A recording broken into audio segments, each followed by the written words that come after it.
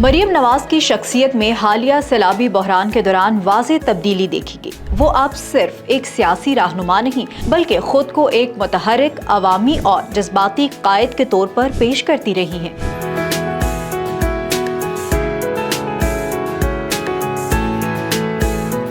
پنجاب کے متاثرہ اضلاع جیسے چکوال، جہلم اور جلال پور پیروالا کے دوروں میں ان کا انداز ایک ماں جیسا رہا۔ وہ خود ریلیف کیمپوں میں پہنچی، بچوں کو گود میں اٹھایا، خواتین کے ساتھ بیٹھی، متاثرین کو کھانا کھلایا اور ان کے غم میں شریک ہوئی۔ اس کے علاوہ پنجاب کابینہ کے اراکین بھی سیلابی صورتحال میں متحرک نظر آئے اور فیلڈ میں کام کرتے دکھائی دیے۔ سیلابی صورتحال میں وزیر اعلیٰ مریم نواز شریف نے 27 متاثرہ اضلاع میں 271 ریلیف کیمپوں اور تقریباً 300 میڈیکل کیمپ قائم کروائے۔ پنجاب میں سیلاب سے مجموعی طور پر 4.6 ملین افراد متاثر ہوئے، 2.6 ملین سے زائد افراد اور 2.1 ملین مویشی محفوظ مقامات پر منتقل کیے گئے، جبکہ 131 افراد کی جانیں گئیں۔ چکوال میں جاں بحق افراد کے لیے 10 لاکھ روپے فی کس مالی امداد کا اعلان کیا گیا۔ پلوں اور سڑکوں کی فوری بحالی کا حکم دیا گیا، ریسکیو اور انخلاء آپریشن کو متحرک رکھا گیا اور متاثرہ علاقوں میں ارلی وارننگ سسٹم اور مستقل بحالی کے لیے 14 رکنی کمیٹی قائم کی گئی۔